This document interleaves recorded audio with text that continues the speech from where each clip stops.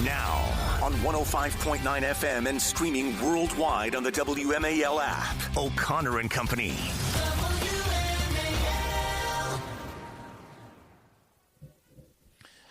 It's our fourth hour here on our 4-hour morning show extravaganza known as O'Connor and Company on a beautiful Friday. It is beautiful, too. September 26th, your last Friday of the month as we head toward October and the beginning of the new fiscal year for the federal government, unless we have a shutdown, although we know the shutdowns aren't really shutdowns.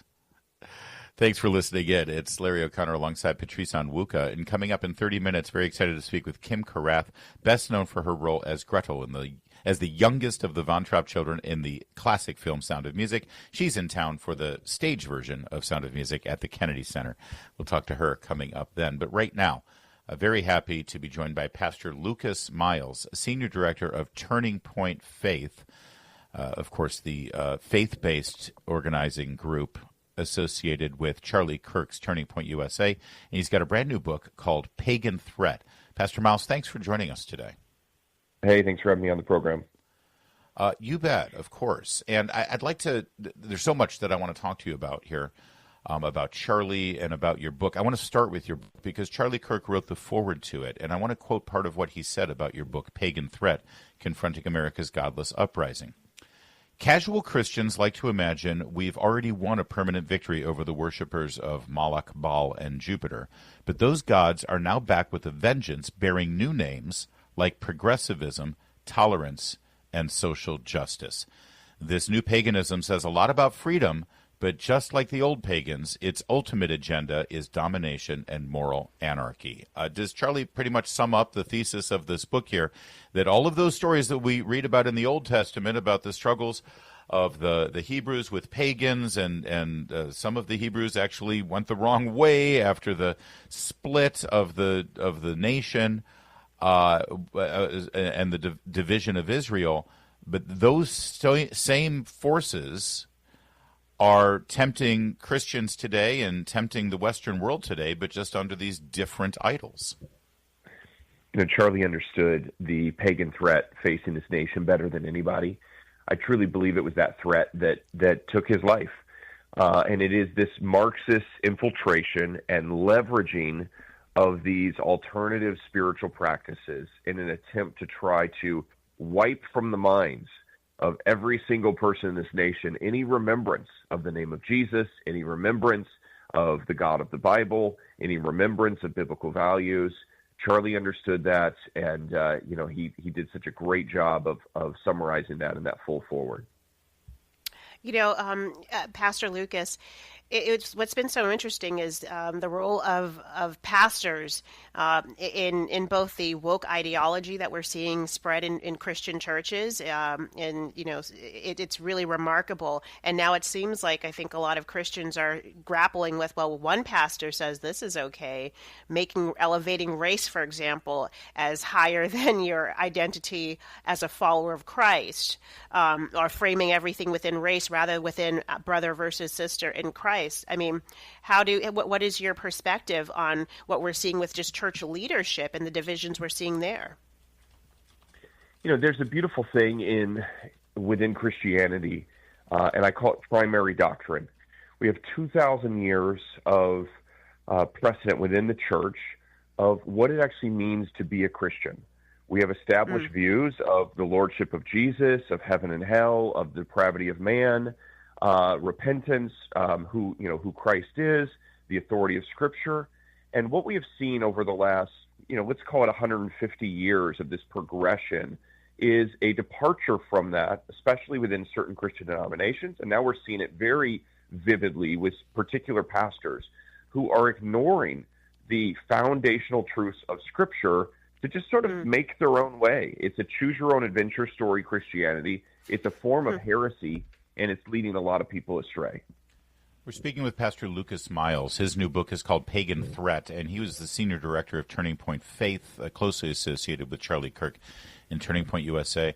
Pastor, at the memorial on Sunday, I think all the world was struck by Erica Kirk's incredible courage and grace, and, of course, her forgiveness, the forgiveness for her husband's assassin. Can you give us a little insight into how Erica Kirk evolved in her faith to such a level that she is able 1 week later to deliver publicly that level of forgiveness to the man who just, altered her life and her trajectory and took the father of her children from her. Yeah, I think it's a great question, and I think I would probably respond to that and say I don't know as though Erica evolved to that point. I think she was already there, and what I mean by that is that Charlie and Erica were a team. They were best friends, partners. They were co-laborers in the work and the ministry, and Erica has had a robust faith for a long time. I think her faith really helped strengthen and support Charlie, so strongly over the years. It got them through a lot of very difficult moments where they were kind of facing the fire for, various things. And I think what we saw from Erica was it's like the readiness of an athlete who's been training for the day of preparation. Her faith has been in training for, a very long time. And we saw that test through this horrific act as our friend, her husband, was ripped from this earth. And I think that what we saw on display there for the whole world, I just saw Tim Allen posted and said that he was able to forgive the person who killed his father and actually state those words for the first time as a result of seeing her words. She shook the nation with those words in a good way, and I think really captured the hearts of people who said, only God could cause somebody this sort of strength and grace to be able to say those words. Mm. What's been interesting is just it seems like there's a major turning of people's hearts after Charlie Kirk was murdered a couple of weeks ago. People said, I'm going to church for the first time, or I'm going back to church after having fallen away for such a long period of time. And it seems like people throw around the word revival, which is a great word to use, but I think the revival predates Charlie Kirk's assassination. I think for the past few years, we've been seeing revival, young people really pursuing faith, relationship with God in a way that we haven't seen in generations, probably since Azusa back in the early 1900s. Do you think that this moment is kind of like a capstone to the ongoing revival we've seen over the past few years? Yeah, I think that there's been, we could call it sort of these tremblings of revival that have been evident building. It's sort of like the pre-shock before an earthquake. Where you see these things that are happening and you go, something is moving here. The world changed 16 days ago when we lost Charlie Kirk, and there, obviously, I'm still grappling with that. It doesn't feel real. I just want to call Charlie. I keep thinking, how can I redo this in my mind to make it where he's still here? We're going to be wrestling with that for a long time. There's a lot of pain there. I was with Charlie a week before his death.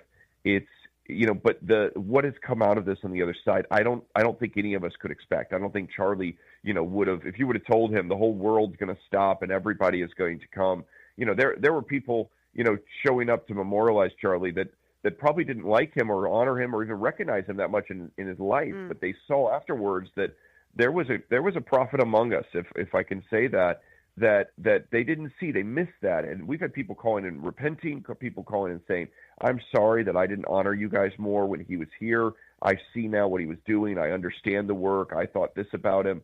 And it has been so amazing just to see the change of hearts in the way in which God has touched people on the other side of this great tragedy. We've got more with Pastor Lucas Miles, Senior Director of Turning Point Faith, and about his new book, Pagan Threat, Confronting America's Godless Uprising. First, though, it's 8:15.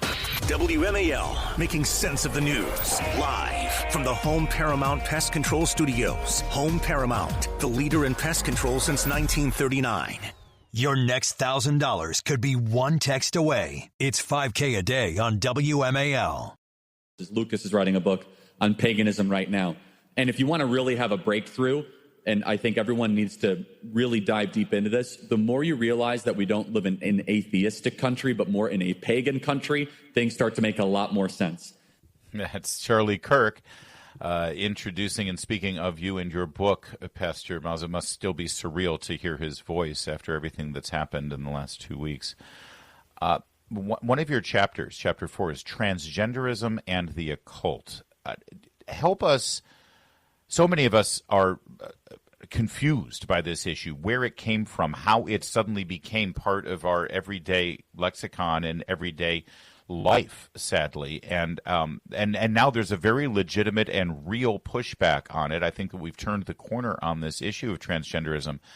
But what are the links with the occult, and how do we confront this issue for people who are non-believers anyway?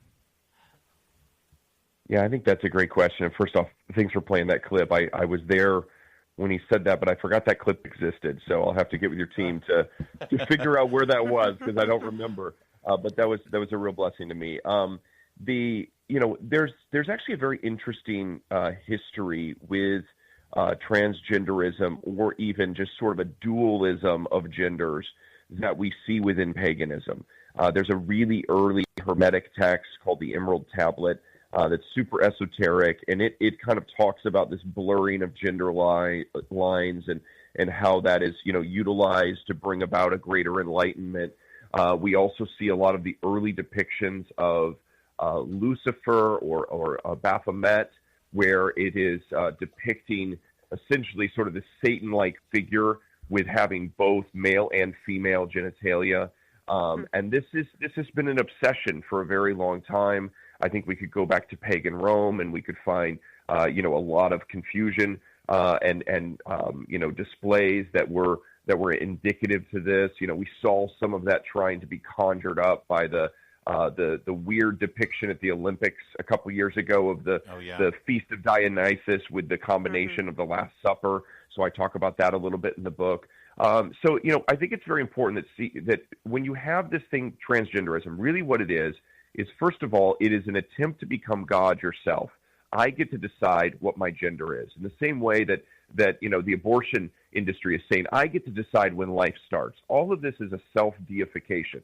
This is why people might not think of themselves as pagan. Well, I'm not pagan. I grew up Catholic, or I grew up Methodist, or something like that.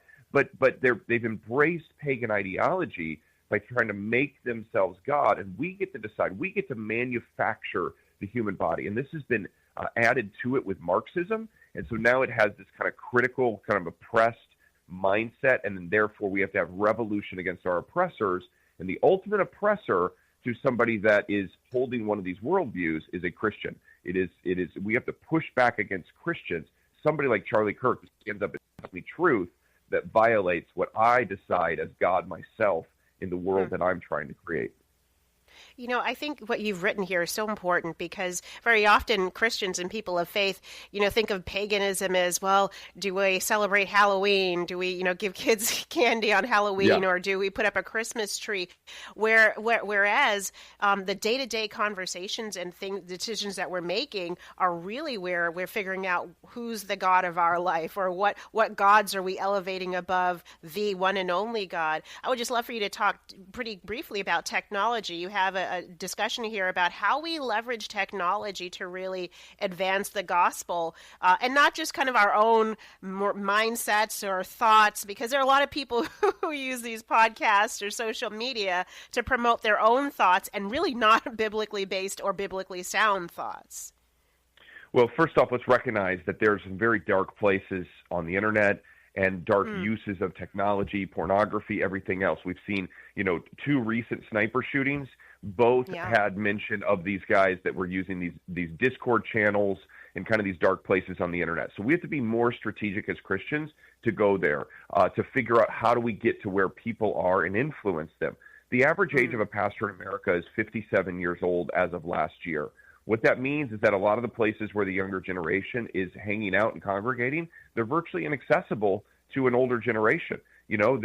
Their TikTok lives and, school cafeterias and Discord channels and rooms and these things where people are going that are, some of the older generation just doesn't know the technology well enough to do that, not to mention gaming chats and everything else. And so we have to be more creative. If you're if you're part of a church and maybe you're part of the older generation that goes, I don't use my smartphone very much. I play tic-tac on it and that's about it. Like, it's what you have to do is you have to empower people within the ministry and within the church. We're going to start a digital evangelism ministry, and we want you to be as creative as possible. Can we put a church in the virtual reality? Can we go on some sort of gaming platform and get somebody that loves gaming and put them in there sharing the gospel as they're playing whatever video game, with people there. We have to think creatively if we are going to get people out of their mom's basements and eventually into church. We've only got a minute left here, Pastor Miles, and we're talking about Pastor Miles' book, Pagan Threat Confronting America's Godless Uprising, with a foreword by Charlie Kirk.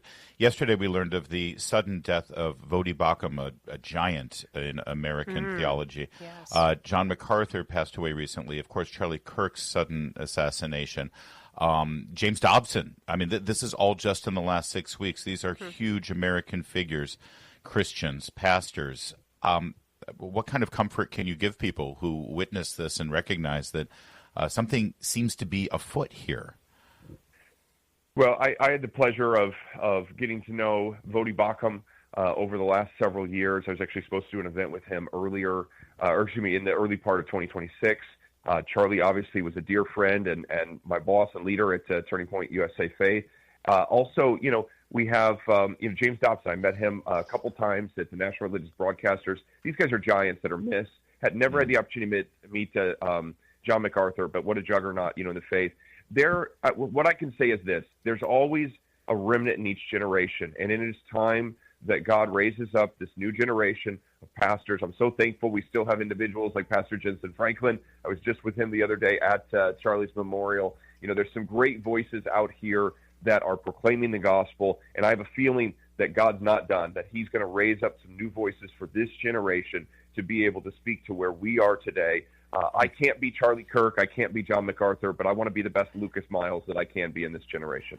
As I often tell people who feel hopeless at times like this, we know how the story ends. We've read the book.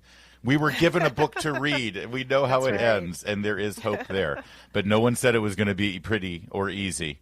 Pastor Lucas Miles, thank you for joining us, and good luck with your book. Lucas. It's called Pagan Threat, and the foreword is by Charlie Kirk. Thank you, Pastor. Thank you. It's 8:24. All right, you've been waiting all morning. Well, she's here, Kym Karath, best known for her role as Gretl in The Sound of Music. She's joining us. Stay with us. It's O'Connor & Company at 8:30. WMAL-FM, Woodbridge, Washington, a Cumulus media station. Making sense of the news. News Talk 105.9. WMAL. News now. Now on 105.9 FM and streaming worldwide on the WMAL app. O'Connor & Company. We still have half an hour left in the program for our 4-hour morning show, but I'm thinking we should play this at the end of every show just to sort of, That's a nice closing. Sign off. It's sweet. Patrice Onwuka. It's Patrice and Larry here on O'Connor & Company, and that little girl's voice that broke every heart around the world when the film Sound of Music first premiered and continues to this day was that of Kym Karath. And she joins us now, one of the original stars of the film Sound of Music. She's in town for the Kennedy Center production of the musical Sound of Music. Kym Karath, I'm a little starstruck. I've known you my entire life. Thanks for joining us. You're welcome. I'm very, very happy to be here. What is it like to, at the age of 5, basically be immortalized like that? And you've had a career, but I mean, that film is legendary. Hardly any actress gets to be in a legendary film like that, let alone when they're a child. It is a rare experience, that's for sure. It's so funny because I had done 3 movies before I did The Sound of Music. I started when I was 3, and so that was sort of a normal thing for me to do. But the result was so remarkable from Sound of Music. I mean, there was a before Sound of Music and there was an after Sound of Music.